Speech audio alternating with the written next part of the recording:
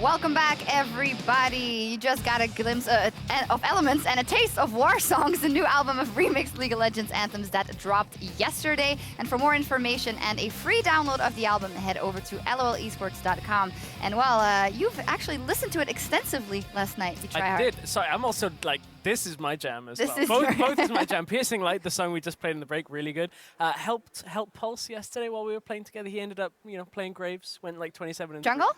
Yeah, first game was like 0-9, so I don't think he was listening to War Songs at that point. Turns it on, goes 27 and 3. It's some pretty cool tracks. I'm sure it helped. But up next up the card here tonight is a key clash between two of the strongest rosters theoretically in the league, Vitality and Fnatic. Because let's start by taking a look at that lineup for Vitality. Cabochard, Shook, Nukeduck, Yarnan, Kasing, and Shans, as said, theoretically, because they missed their start yesterday in that game versus Roccat, and now they're up against no one less than Fnatic, also with a revamped roster here in 2016 with Gamsu, Spirit, Febevin, Reckless, Noxiac, and Daylor. Well, still hugely widely popular, that Fnatic roster, and yesterday, opposite stories, honestly. Fnatic coming out the gates with a very good pick and ban phase and game all around. Yeah, very interesting pick and ban phase. When you saw it at first, it was kind of surprising. Like, Zach was in there, Olaf as well. I kind of felt like he maybe fallen a little bit out of the meta, but clearly not, because he has a very good matchup into Lissandra. So that was a smart pick for Fnatic. He's also good into these kite compositions. And then Zach as well. It's a very interesting jungler, because it is harder to ward up the map properly. And Zach has so many different paths he can gank from with their massive range, obviously. And Spirit used it extremely well. He surprised Origin quite a lot and punished Origin for having such a slow scaling composition. Oh, definitely. And, Fnatic with a very different composition to what we saw throughout the day. Another team that had a different composition to what we saw was Vitality, drafting themselves into a Protect the Hyanon composition, picked up the Lulu, picked up, the Tristana for the team as well. And with the Kennen pick, you could see what they were trying to do. They just kind of ended up in this situation where they could never really engage, had to try and flash engage with the cannon time and time again, and just could never get the Tristana rolling in time against this Corki, which just ended up sieging on them. Was just too much to deal with, and Roccat came out with a surprise win. Sure. Vitality, it was half of them not really playing the map as best as they can, and half of it Roccat playing well. Sure, and Vitality make mistakes. You can't do that against Fnatic, because we saw what happened with Origin doing that yesterday. Gamsu came in, had a fantastic early game. Spirit was out jungling, amazing. And obviously we had LeBlanc from Febevin. That was absolutely fantastic to watch. Yep. Individual players as well as the team play from Fnatic, although in the interview afterwards, Noxiac said, well, we're lucky that Gamsu had such a great game, but I think they forced it in every lane. Oh yeah, for sure. And Gamsu had such a great game. This play right here, this is going to be in every highlight reel for the spring split. We didn't even get to finish out the. Oh no! He killed him. Spoiler. He did. Spoiler. I know. Yeah, I mean, as if people haven't seen that like 10 times already. But that's going in every single highlight video. But I was happy to see Gamsu given a champion that had both the ability to carry, that didn't hinder the rest of the team. Either way, taken what was given. Tanky enough that it didn't affect the team, like perhaps Huni's Riven was affecting Fnatic in some of the games that they picked that up, but was able to carry as well. Yeah, and the question is also, do we have to, for their sake, they probably won't travel back to, what would have been in the situation if it was Huni, because they have to work with the roster that they have now, who has showed their strengths already. Yeah, and that's what Fnatic talks about all the time, how right now, these first few weeks is just about getting communication, getting synergy, learn which champions we want to play and which compositions we want to run. And great start yesterday, definitely exceeded expectations, at least for me. Mm-hmm. And just looking at the way they were playing, like the fact that it didn't seem like there were any synergy or communication issues, because everyone was always roaming, joining in fights before Origin even did so. The TPs were great for Gamsu. And honestly, we just got to see a top laner who clearly didn't get to show how good he could be over in NA in a lot of games. But then again, it's only been game one, and he got fed early on from a few teleports, but we expect more now. But there was a very similar role for that from the support. Noxiac is the support now for Fnatic. We were looking at it in the offseason. That was a lot of trust given over to a player that hadn't really shown up last year when we saw him. We saw glimpses, but Fnatic going and saying, this is the player we want to replace Yellowstar. He's not the same kind of player as Yellowstar when you look at it.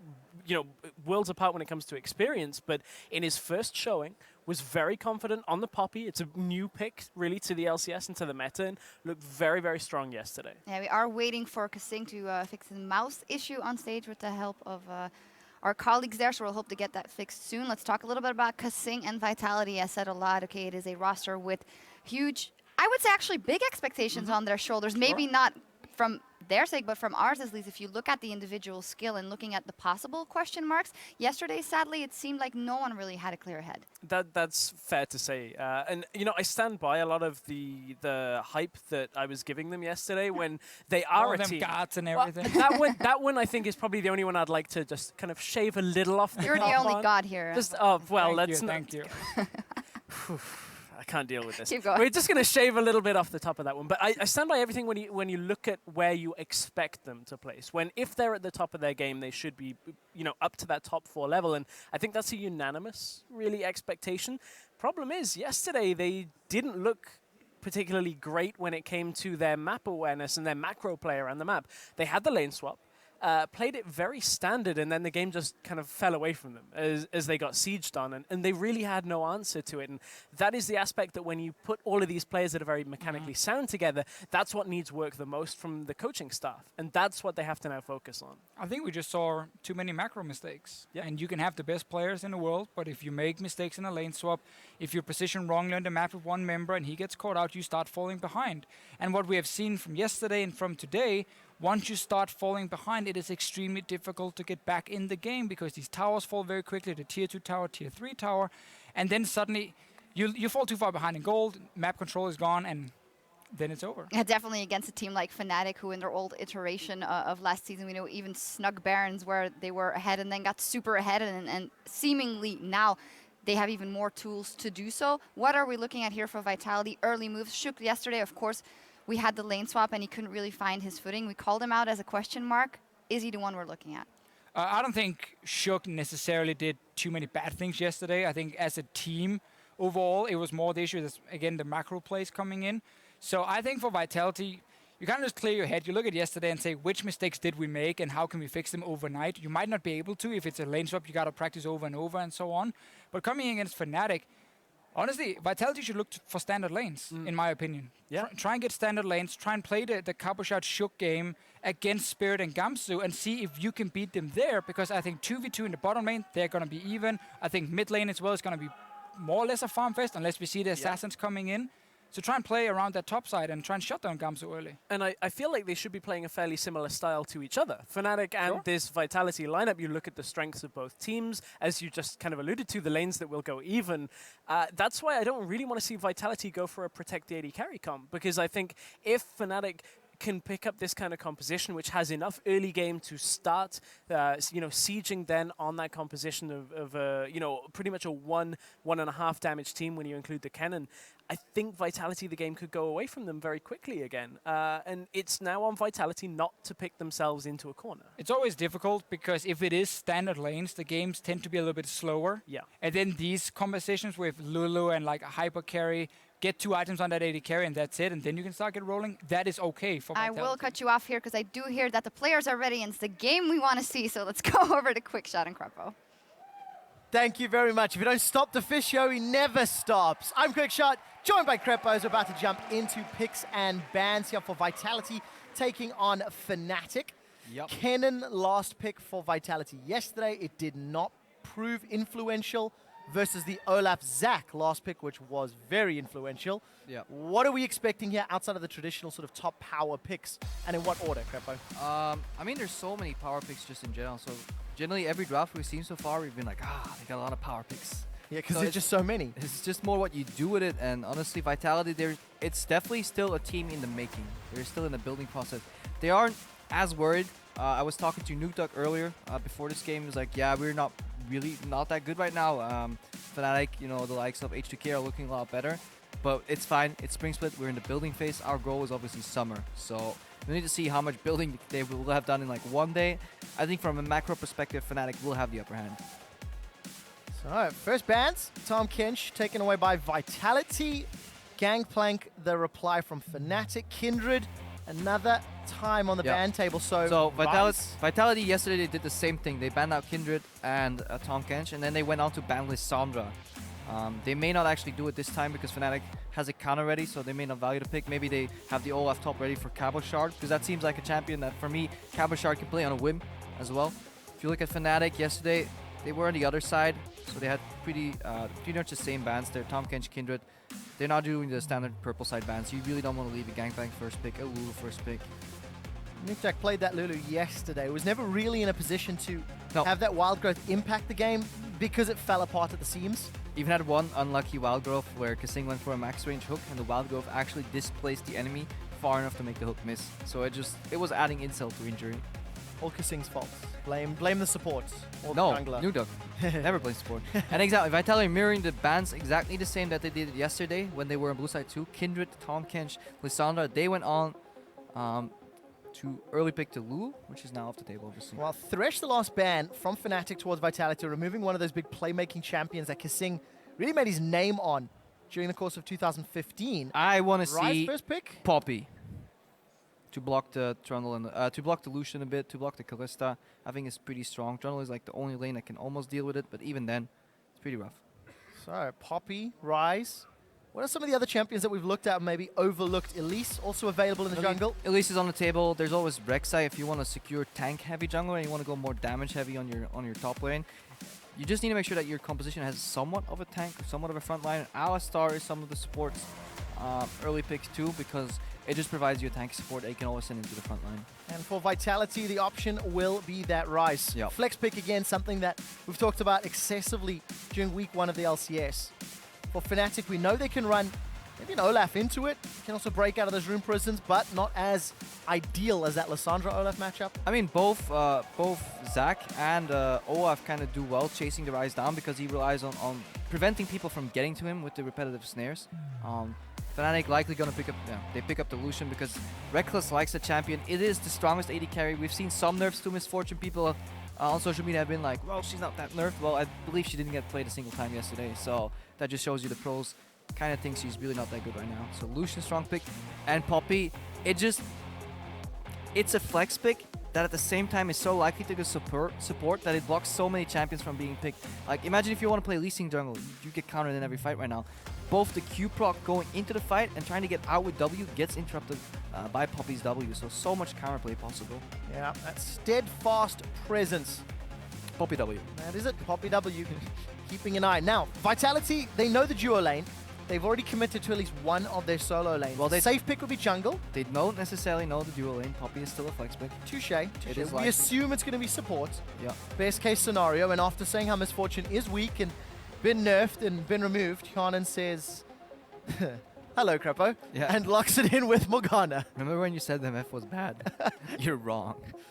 I wonder actually what the interaction is. I imagine a spell shield target will not get any influence from Poppy's W there. Also, if you're a team that likes playing stuff like Zac, early locking Poppy obviously allows you to steal it away from the enemy team because Poppy is the hardest counter to any Zac jumping in. It's the easiest thing ever. I like the composition. It's a lot of chase. It's aggressive, and it can be creative with both teleports, and especially Olaf is one of those picks that shifts like the paradigms in the team fights. You're used to having a respectable amount of zone, but Olaf just ignores that and Ragnarok's in. Same way you're used to respect certain gang paths from both junglers, with gap closers included going over walls and stuff. Zac kind of adds another dimension of that with just added range. So you have to be really on your toes, and a team that was struggling yesterday in a macro point of view may struggle against these more unique picks. Especially when one of the best ways to deal with Zac is ward deeper into the enemy jungle, and that's significantly harder at this moment in time. So the last two picks there for Vitality, they will take the Elise for Shook, and Cabochard will be running that Fiora up top. So counter pick option for Featherman into this Rise. And what will synergize? Definitely need some more magic damage to supplement some of that damage from Zac. Yeah, definitely. LeBlanc was great yesterday, but I mean, Featherman could even just play as Zed too. He can play any champions. He's just such a strong assassin player. He's just a strong player in general. I've had the courtesy or the luck to be matched with him and Spirit while they were smurfing their way up, and they gave me some freelo when he played LeBlanc that game, and he is actually a fantastic LeBlanc player overall. did it yesterday as well. Yep. And Featherman ended up going 4, 2, and 10. Some great ability to find the necessary targets. We can see Dalo in the background chatting away, helping to guide the team. So, just looking at composition, Vitality have actually put up a pretty decent 4-1 split push here. And yeah, the LeBlanc as expected. It's a little tricky if you get rooted. But Featherman What you should keep your eye on is the way he uses his Mimic ability. Very often he'll Distortion W in, then Flash, then Distortion, then Mimic W on the R key to really close that gap and make it slightly unpredictable. A lot of players expect LeBlanc to do the double dash and then prepare for the interrupt on the second dash. He will flash that interrupt, then go over. So he's very creative in his movement, and his chains like usually land. Yeah, definitely was the case yesterday. Similar flavor for Fnatic, and looking again to get themselves either Gamsu or Spirit ahead. Yeah, carbon copy composition for Fnatic. So we saw what their strength was. It was the early teleports from Gamsu, a good dueling lane in the bot lane, roam potential from Febiven, and then just straight on aggression. Whereas Vitality, yesterday they grouped up on a lot of towers to try and siege. They have that again right now. They have a lot of zone with the bindings, grouping with Ryze in case they catch somebody.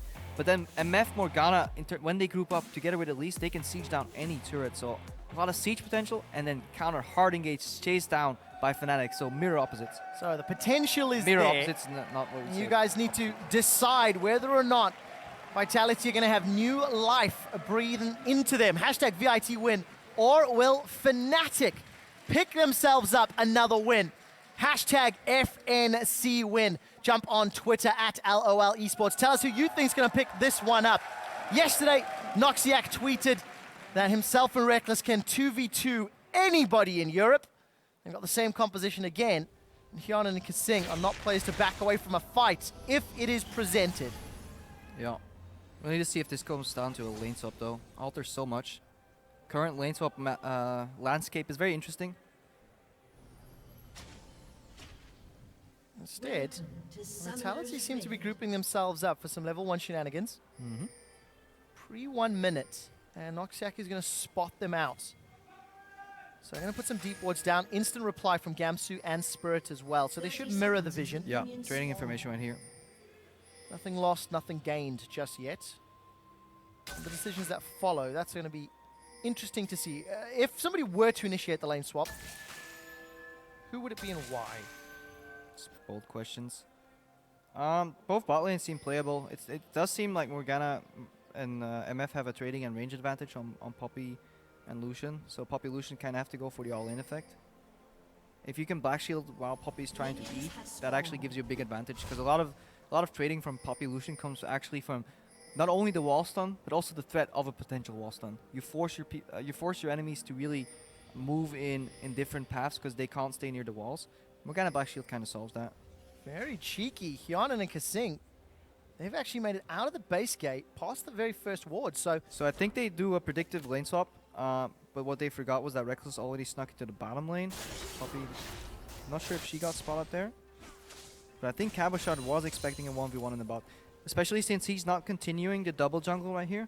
He's actually moving into lane and now moving back. That generally indicates that Vitality was expecting to match Fnatic in a 2v2 in the top lane. Otherwise, Cabochard wouldn't have wasted that time to run to lane. So outsmarting themselves a little bit. Let's see what impact it has for Febiven. Let's get rooted by Nukeduck's reflexes. And so we say Nukeduck starting with W here instead of the normal, I believe, Q, just because LeBlanc level 1, she wants to auto W dash in, doesn't draw any creep aggro because unless you auto attack. Nukeduck just goes in for a quick snare and trade. Gamsu's already recalling. Does have teleport available. Picked up a pink ward. And Reckless and Noxiac also with the reply. So gonna look for that 2v2. Maybe Fnatic expecting Vitality, expecting Fnatic, expecting Vitality to do a lane. Well, it's just basically, it depends, because the junglers started at the opposite side of the map. Fnatic was apparently fine taking a 2v2, so they had no option left to push in the wave. And then they know the top laner is going to teleport to soak up that wave because there's no threat from the jungle. So they preemptively send Gamsu back. Now Cabochard actually did a good thing here. Gamsu saved his teleport, but Cabochard has a level advantage. Need to see if Reckless and Noxiac can use that double pink ward they bought to really vision bully in the top lane. Because they have a small lead, a base lead on the top lane, 2v2. Whereas in the bot lane 1v1, Cabochard has that lead. Well, Crepo, the shenanigans are not over yet because now Kasing and Hyanan, they peace out. They've backed, picked up a potion after shoving that wave in. Basically because regardless of what they do, go bot or top, one, they will confuse Fnatic. There is now the option that the Vitality bot lane runs to the bottom lane instead of straight top. They also pushed in the wave, which means it'll bounce back, and with MF being so quick, they lose barely anything, and especially if they double up on the Dorans, they have such good trade and harass potential that they can actually do serious damage to Reckless and Noxiac. Mind games aplenty for both of these teams. So we see the reaction from Reckless. He Yeah. pushes in the waves like, if the case is that she comes back with double Thorns, I need some power up or I will just be denied any farm possible. This is one of those games where you wish you could just listen into the team comms. Yeah. Figure out what they're talking about, what the priority is, who's making the calls. Everything I'm saying right here could be wrong. I could be And you could be seriously 100% mistaken. right. But you guys can never find out. So as long as I make this confident statements, doesn't matter. Damn it, Crepo, you're selling yourself out. Well, we do have the I have been for potential. very long. We do see the potential of a gank here for Spirit with Yeah. that elastic slingshot. He sets himself up if Kabashar continues to pressure in. So that's how you can deduce ganks. You always look at the other lanes. Top lane, not very gankable. Mid lane, not very gankable. So both junglers know and assume that the most vulnerable lane obviously is that 1v1 on the bottom. Shook just covering Cabo so he can push in comfortably and let the wave bounce. And then Spirit's around in case some shenanigans happen from Shook, setting a potential dive. Gamsu, again, running that fervor of battle, by the way, just in terms of mastery. Same as yesterday. Level 4 to level 4. Small CS advantage here for Kabashard from early on, and a very big minion wave being pushed into Reckless and Noxiac, but there's nobody around for any risk of dive or threat. This is where you see the range advantage. I was hoping that Hjarnan and Kasing would play up here and deny some CS, but they're actually giving free farm.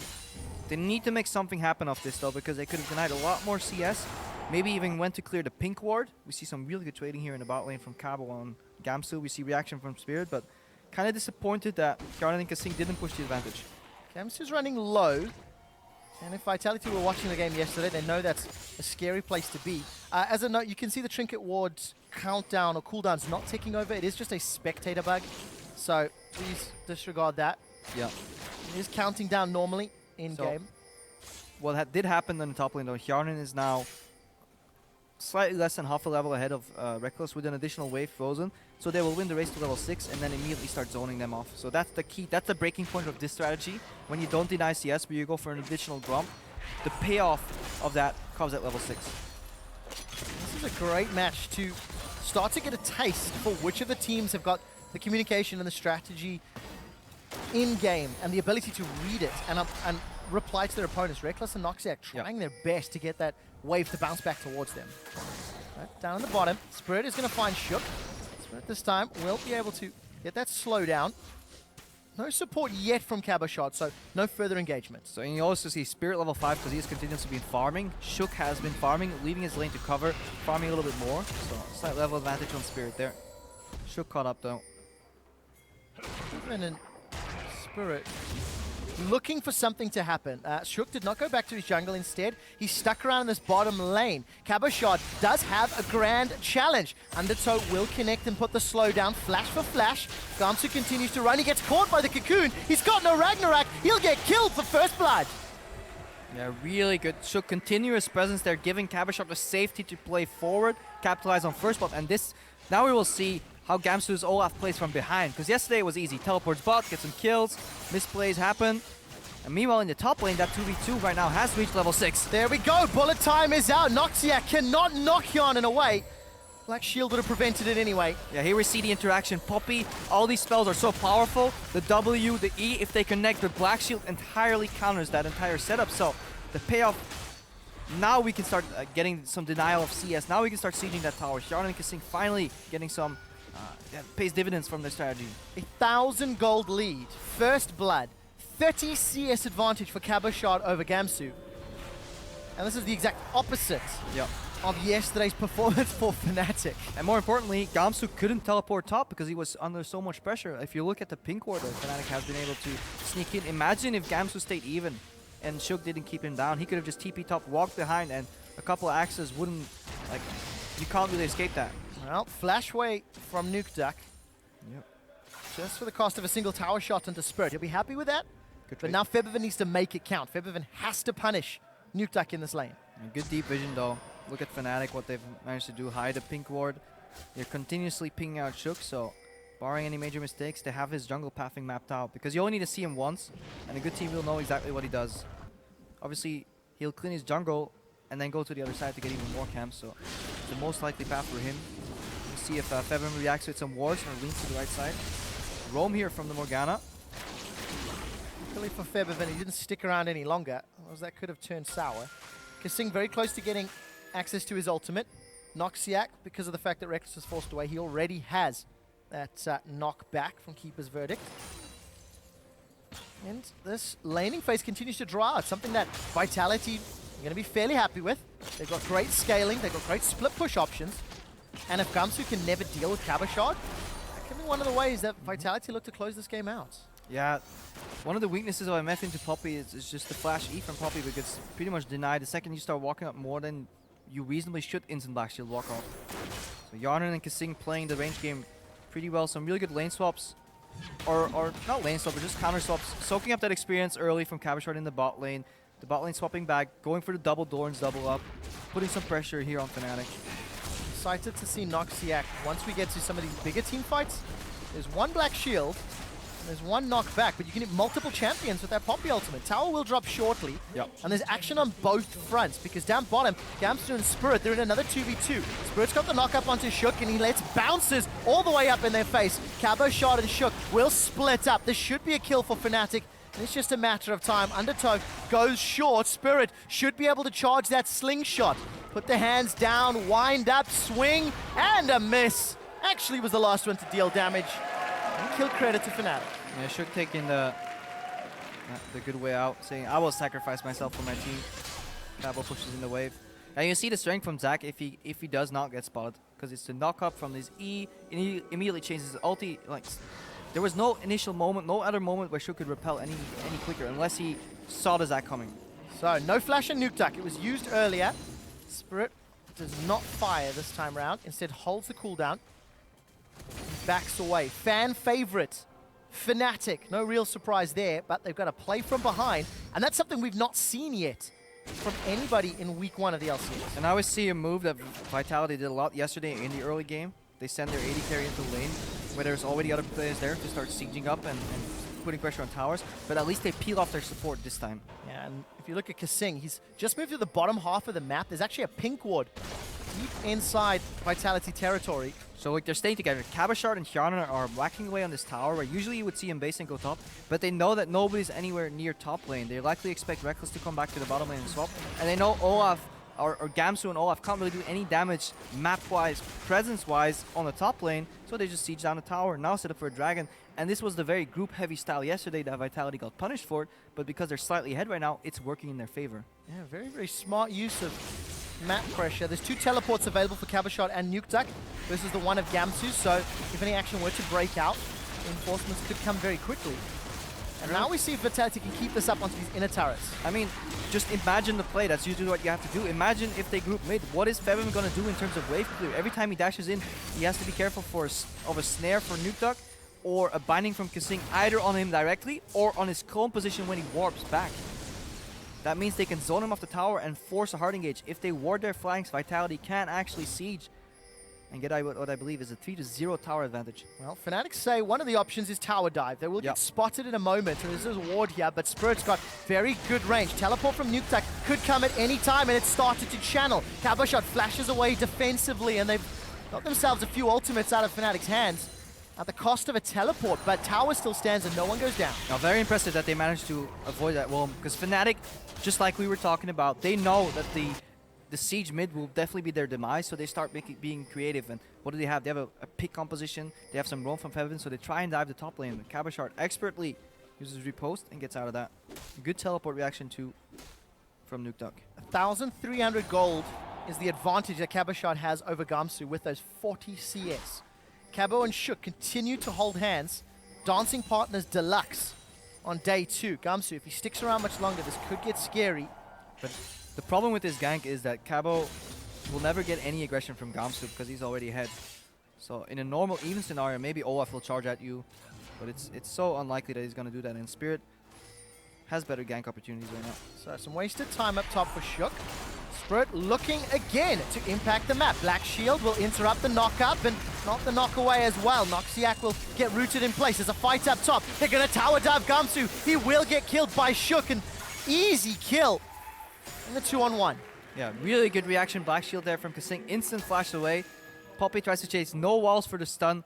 And Hjarnan completely untouched. His ulti alone, that is why MF was so strong. Yes, it was make it rain, but also the incredible zone and power in that ultimate. And we saw Reckless, we tried to help the fight, but just got immediately blasted to half HP, had to back out.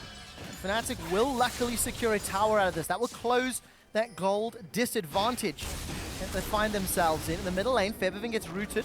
Will eventually make it back. But look at the top lane. Shook and Cabochard did not leave. So Reckless gets the outer. This should go down as well quite easily by Cabochard and Shook. So more pressure being lost by Fnatic. Very accelerated game here, but we can actually, this might allow Gamsu to slowly farm back up into the game. They did take the tier 1 tower and bot, which is a good goal. And Febiven right now, he has to make a move somewhere. Well, let's find out. Nutak's in trouble. Febiven's going to back away. Noxiac looks for the kill, and the Ignite secures the kill. Yeah, this puts Febiven in a good state in the game. He can still carry Fnatic back to even gold. Has to keep making these picks though, and he needs a little bit of help. He can't do it alone, because especially the build he's going for, it's more for repetitive harass rather than a one-shot burst. So he definitely needs one extra guy to come in, even if it's just Noxiac. Just a little bit extra damage and Ignite. It's worked out. Spirit has been, again, very active. One of the new members of Fnatic. Yesterday, he had great control of the map. Fantasy leader for the day as well. And despite only 1 kill, multiple ganks, multiple pressure points against Vitality. It's the mark of a good jungler that you can be very gank heavy and still get a lot of CS. Very rarely do we see both. That means you have very efficient pathing. Reckless takes a big hit there as well. Trying to clear that wave button. You know, Crepo, you mentioned the wave clear. Neither team has got the greatest if you exclude bullet time on a fairly high cooldown. So they have 1 wave clear, and then in the ADCs. Then you gotta watch the zone. So, but you have the flanks, that what we're talking about. Flank from Spirit. Let's see, 1 black shield. Spirit actually flashes defensively when he realizes the threat. They're holding onto the tower. Let's see if they can keep it up if there's more pressure from Vitality. Culling is down. Febiven show top. So nothing is stopping Vitality from the group and zone with binding and bullet time presence to get them off the tower and then siege the tower. Yeah, Febiven's going to push up top if he can. Reckless will remove as many minions as possible, but this is a very risky proposition. And look at Spirit waiting in the wings at that Raptor camp.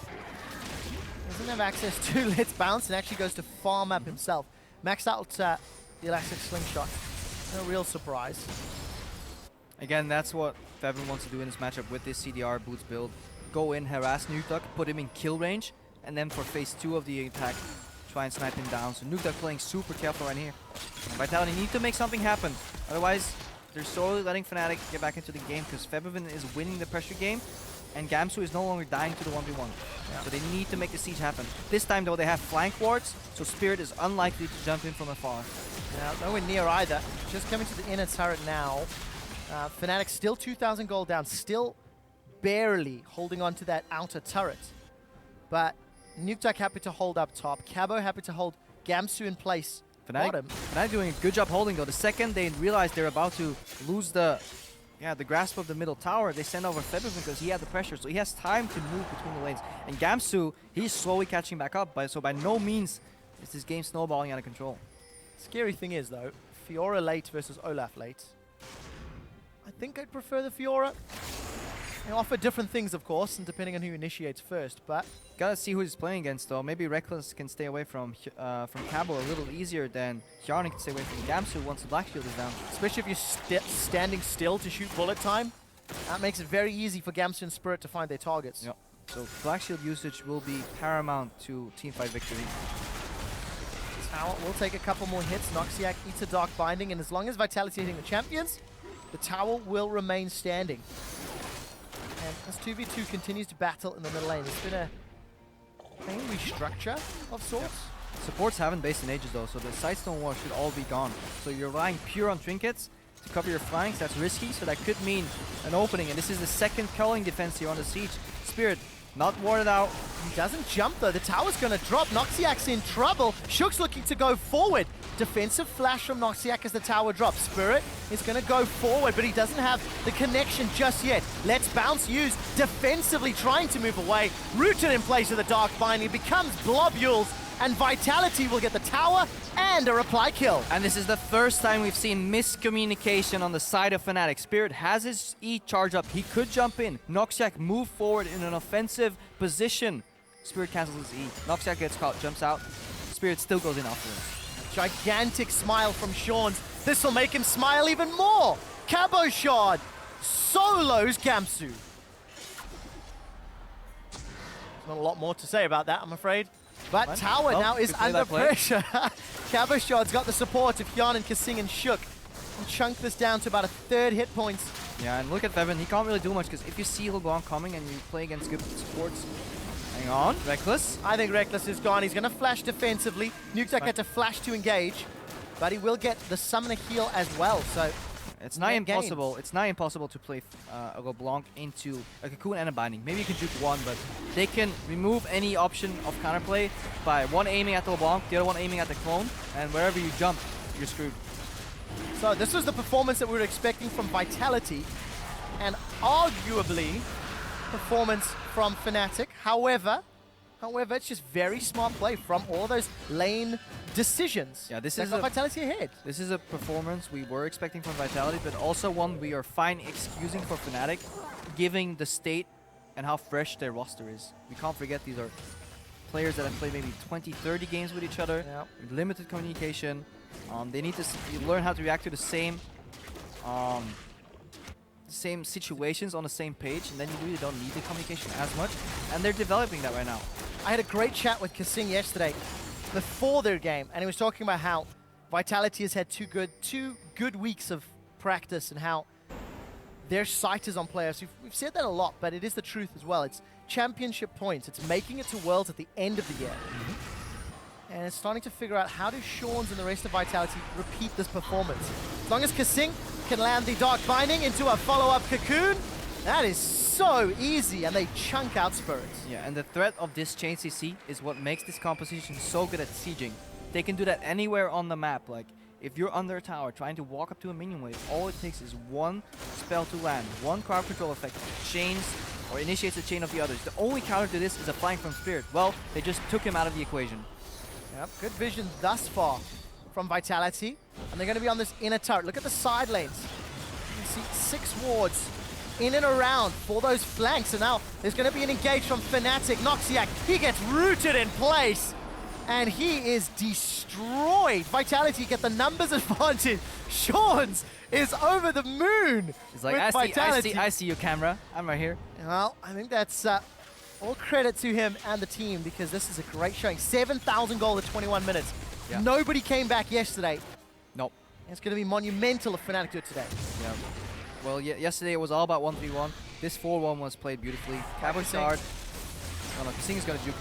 Yep. Can't juke that. No, you can't. He would if he could. Fabi with the snipe. Good job, good pick. Gets the ward.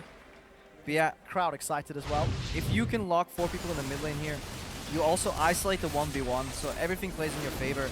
Spirit's already dead. Noxiac, he's trying to zone to give Reckless the time to clear the minion wave, but you see it snare, root, bullet time. And then meanwhile in the bottom lane, Cabochard knows he's up 1v1, so he can play more aggressive than he should. Kills Gamsu.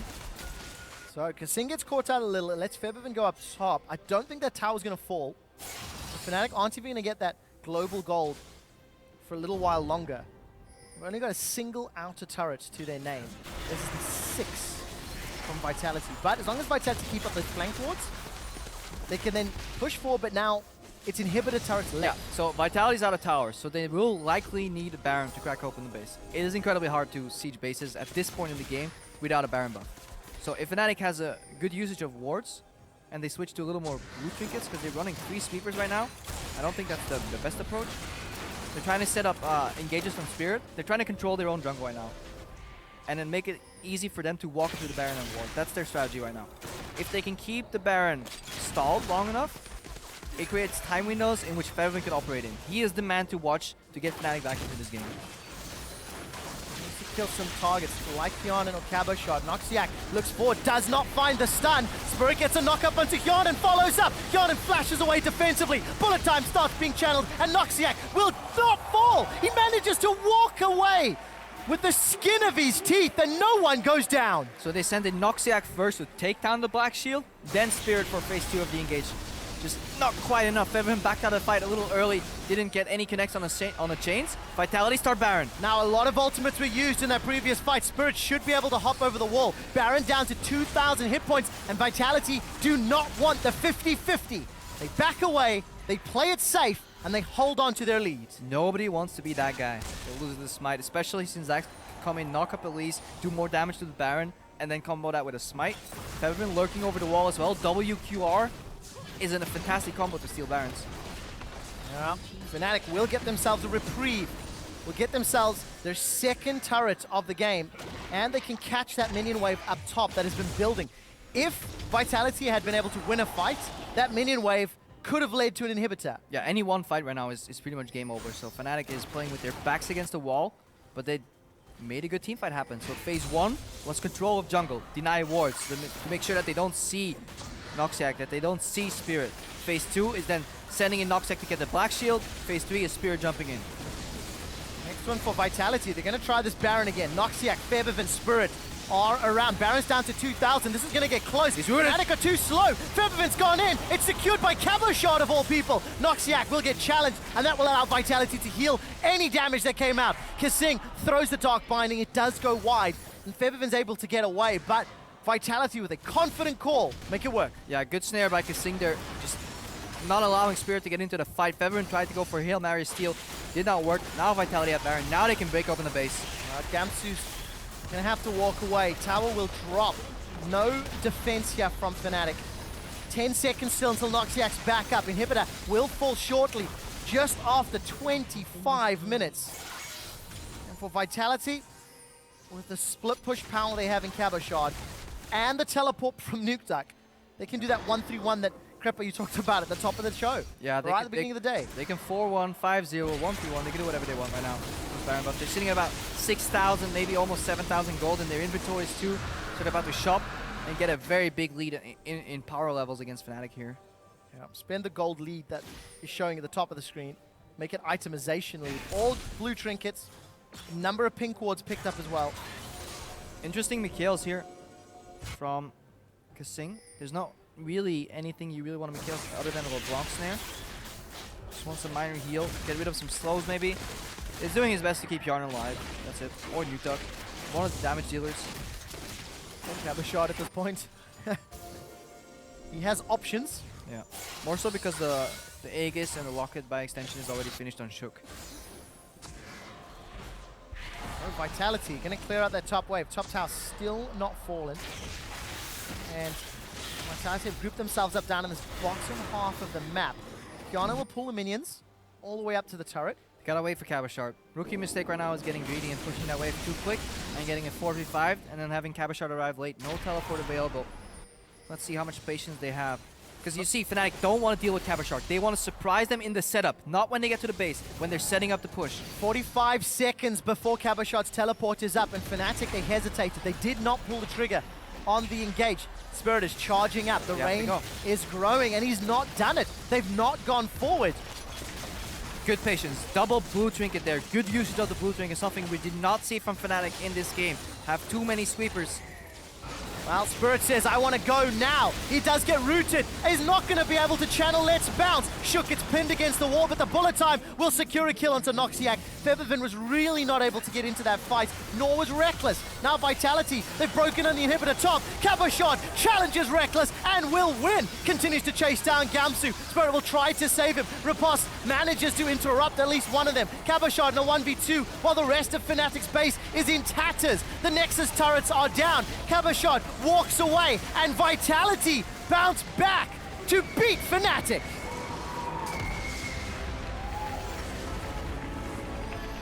Yeah, and that final moment right there, Vitality take away the only answer Fnatic had, which was a 5-man forced engage on the remaining 4-man squad. They turn it around, Yarner was untouched, unleashes the bullet time. MF, fantastic pick, I've always said it. Well played indeed by Vitality. Yeah, I really like the Morgana pickup from Kasing. It kind of, I was thinking about the counters to Poppy, and I didn't really think about the use of Black Shield. Just allows you to position so much differently. This time the grouping worked out for Vitality. Yesterday it was forced. This time it actually led to advantages. And that is the first regular season game Fnatic has lost in over 6 months. They went undefeated in summer during the regular season. There will be more. And I think this was a good game at the beginning of a split to exemplify how young these rosters are in terms of individual play and strategy. Vitality yesterday did not look anything remotely capable of what they did today. I mean, the only moment that really stands out in terms of communication and rosters being fresh is that engage in the mid lane where Spirit went in after Nox had already died. All the other things are just all these teams discovering the meta on stage. There's just these finesse in certain matchups that just pull you ahead. The fact that Cabershard got to the tower early had a level advantage. He continuously had the pressure in the lane. That drew Spirit bottom. That meant the 2v2 in the top lane could be exploited. That matchup on paper, just like, you know, Fox Final Destination, no items allowed. It's like 2v2, no junglers allowed. You know, double range will generally always win against melee support plus range champion. Unless the melee support forces an all-in, well, Black Shield counters that.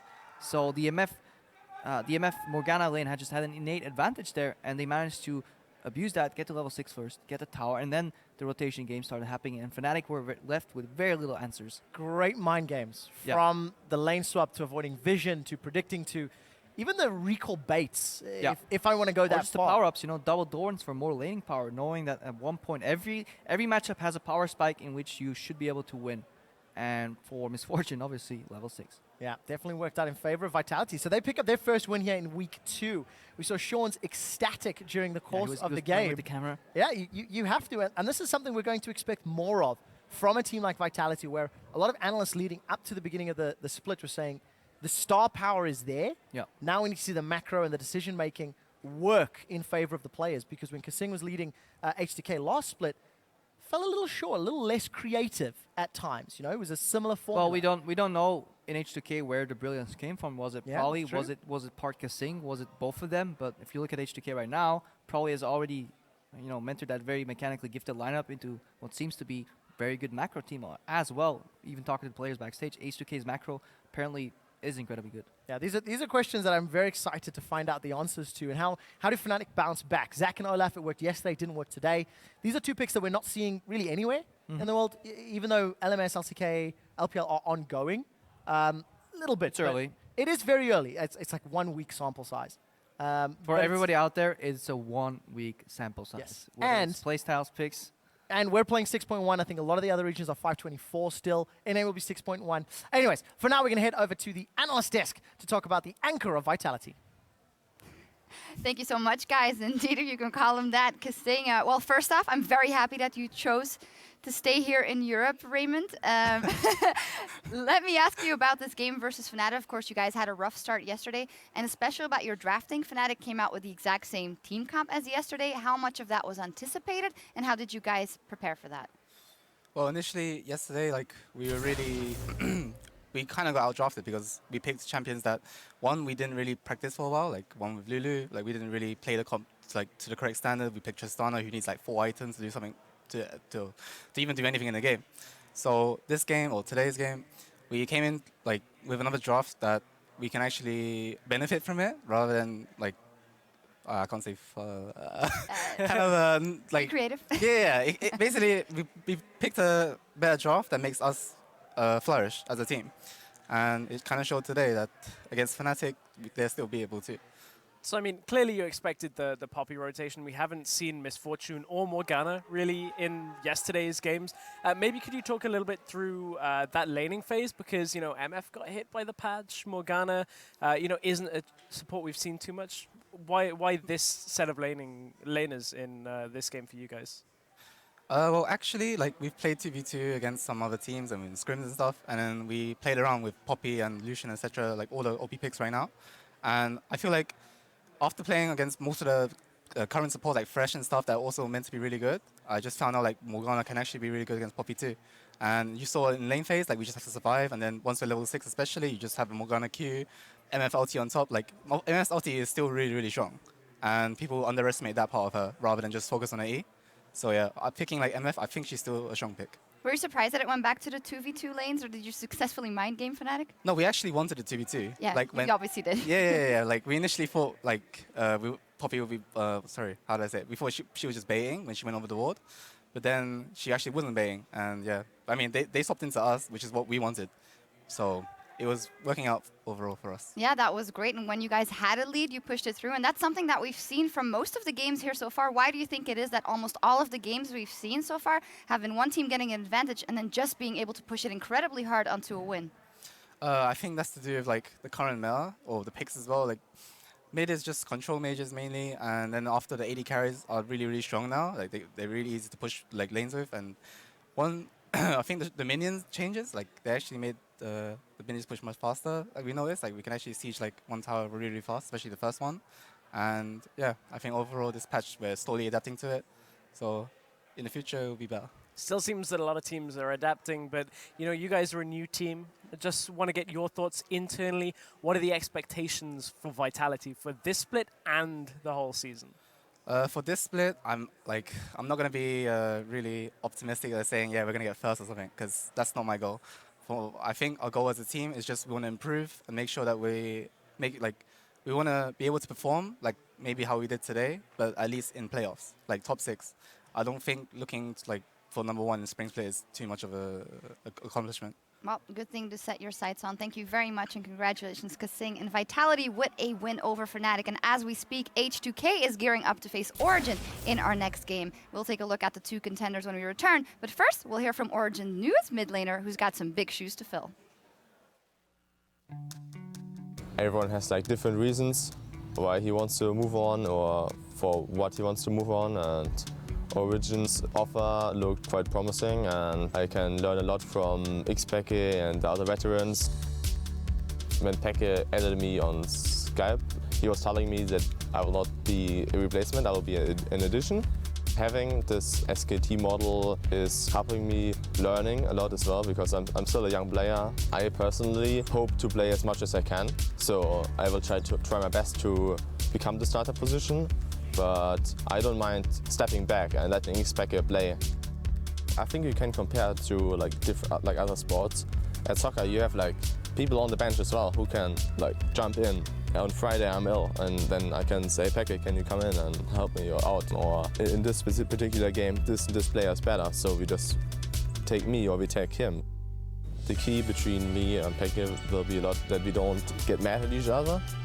We always have constructive talks and we respect each other, and I think this is really big for us, and other than that it will be exactly the same. The IEM was quite a good experience. Peke at IEM was telling me, don't feel pressured, like if you don't play too good it's fine. And I didn't really feel pressured, but he was doing like a funny joke, which I didn't take bad. He was telling me, the thing is, if you play good, people will be like, Peke, you did such a great move with getting power people in. And if you play bad power, people will be like, Peke, come back, please, come back and play again. And so he was like, he's in a win-win situation, and I was like, I'm really good right now, so it's your job.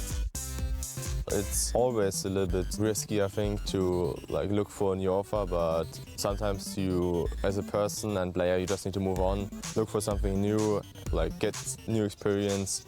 Staying in one team is really good for keeping the synergy, having the same goal and having like good support behind you, but having a change is always helpful as well. I think everyone is confused, not only the fans, but the players too. Like, not even I know exactly right now who is in which team. The moment we see the players in their jerseys, I think everything will be clear and you see kind of a color behind the player.